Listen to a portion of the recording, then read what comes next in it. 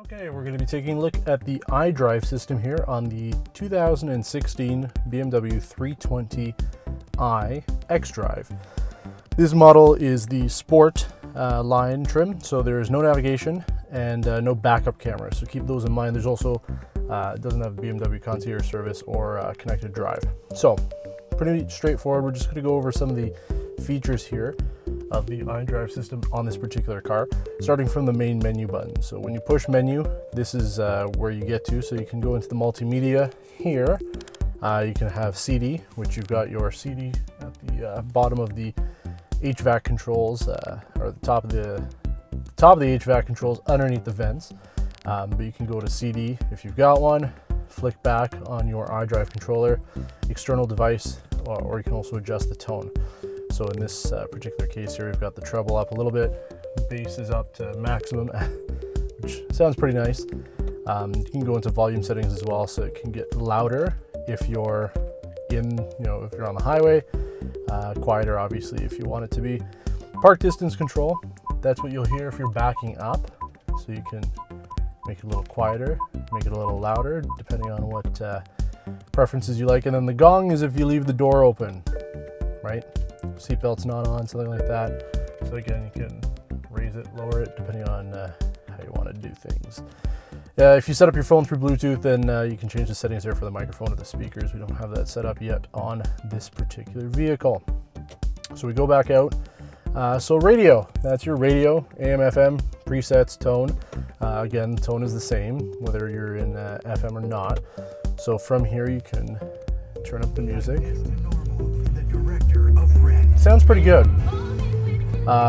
Compared to my E38, both of these have BMW professional audio systems. They're not not an advanced system like Harman Kardon or anything like that. It's really just the stock system. You've got basically a speaker in each door, and that's about it. Right? It's not a very sophisticated system, but it sounds pretty good for what you get out of it. If we go back out, again, telephone, we do not have it hooked up at this time, but you can configure your Bluetooth devices, receive calls, phone, all that sort of thing. And you also have that ability to do it from your steering wheel. Contacts, again, if you've got it set up with your telephone, then you can download your contacts from there to be able to quickly call them. Connected Drive is BMW's online system. Allows you to do things like schedule appointments for service or also have access to the internet. This car does not have that service. It's a monthly fee that you have to pay in order to have it. So I mean, we can probably do the service if we wanted to, but we're really not able to get into any of the systems there because we don't subscribe to it on this car. Vehicle info, though, is probably the most important if you're moving up from an older BMW or a different kind of car. It gives you a lot of information about what's going on with your car, a lot more than what the check engine light would display. Let's say you're having an issue. But we'll go through each one one by one. So efficient dynamics is BMW's attempt to create a more fuel-efficient vehicle. Efficient dynamics is the way that the car is designed for aerodynamics. It's also the way that you drive. You have it in Eco Pro mode, which allows the engine to shift at a lower RPM. Also uses the start-stop function for the engine, which truthfully a lot of people don't use. So this just kind of shows you your driving style and some tips like that, obviously to be used when you're not physically driving, but when you're stopped. Quick reference is sort of like a digital version of your owner's manual. So you can go through and get some information about how to start the car using climate control, the infotainment system, which is kind of funny. Like if you're having problems with figuring out how to use iDrive, you have to use iDrive to get to it. But obviously you have an owner's manual still, but it's nice to have it built in there, especially in the used market. Chances are it won't come with your owner's manual anymore. Somebody will keep it for whatever reason or steal it. You can also search by pictures if you're maybe not sure about what's going on. You can kind of click one of the numbers there and figure out exactly what information you want about the car. And you've also got the owner's manual, so you can search by letter. And if you want to know about the ABS system, finds that pretty quick. And then you can click onto it, and it's going to tell you about the ABS system there. So You've got your owner's manual there should you not have the physical copy of it, or you're bored, you're waiting to pick somebody up and you just want to go through the book. Onboard Info. This is the same type of information that's going to be on your cluster's board computer. So you've got your range and your fuel consumption and your cruise control speed. Pretty straightforward. You can reset your settings there if you want to, similar to the older BMW systems. Trip computer, again, same thing that your board computer will be able to display on your cluster.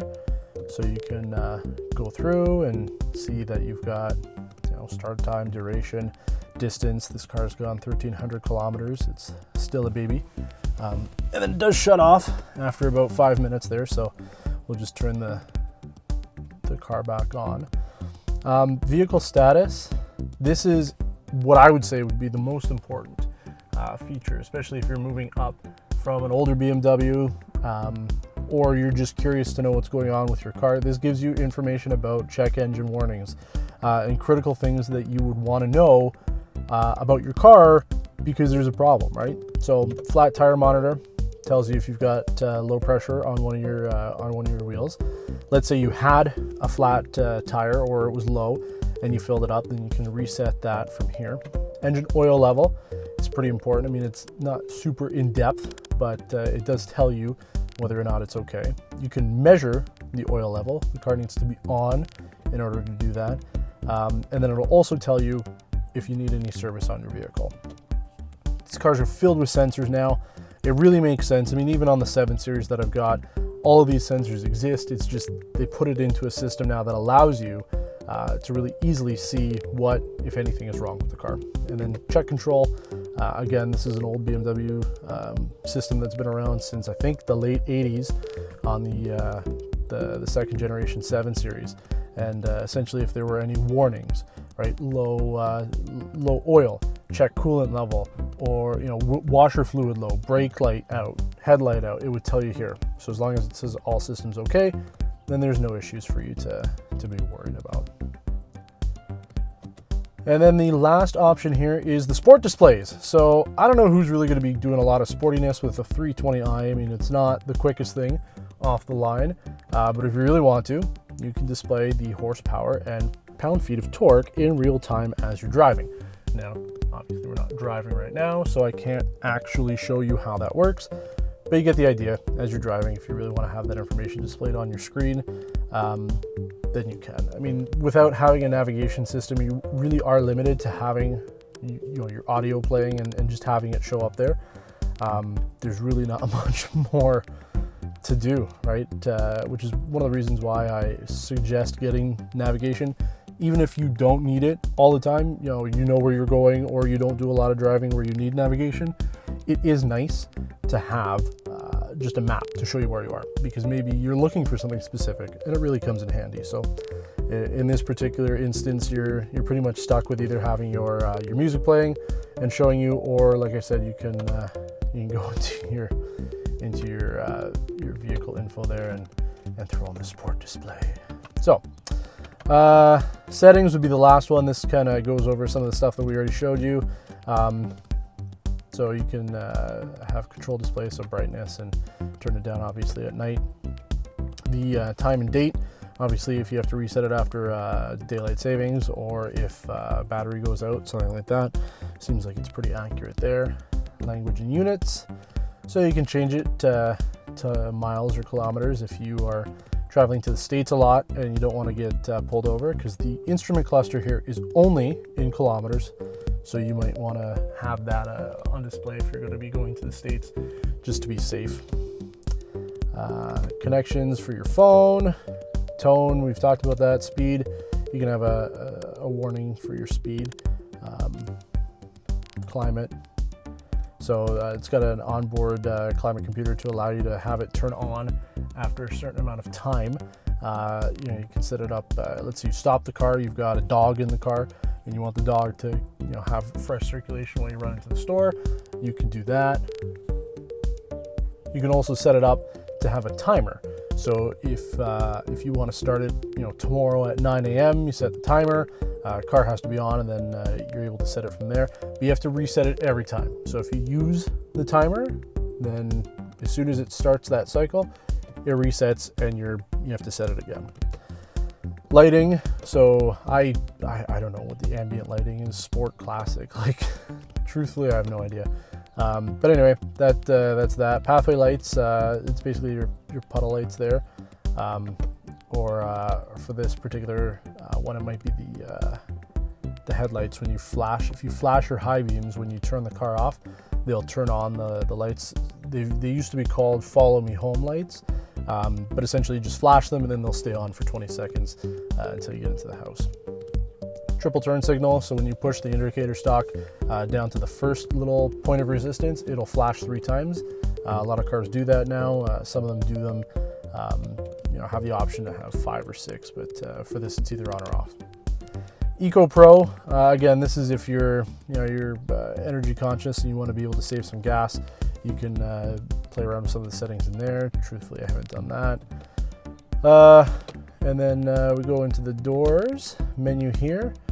So this is just if, when you lock the car, you want to be able to change some of the settings, like it flashes the lights, or you lock when the car starts driving. And then profiles as well. So this is kind of cool if you've got, obviously, your 2 keys. You have 2 people that are driving the car. You can set up, a profile for 1 key in order to set, the driver's seat to 1 and have, the music play or whatever you want. Sets it up for you, or another driver, or a chauffeur if you really want. And then software update. So it'll update the software if there's anything, and I'm pretty sure there isn't. This car is brand new, so it should be pretty recent. And that's the iDrive system on this 2016 320i without navigation. If you liked the video, don't forget to give us a thumbs up below, or leave us a comment, tell us what you thought about it. We're hoping to do some more videos, BMW related, over the next little while, so stay tuned for those. Thanks for watching, and until next time, I'm Niall with Possibly Awesome Cars.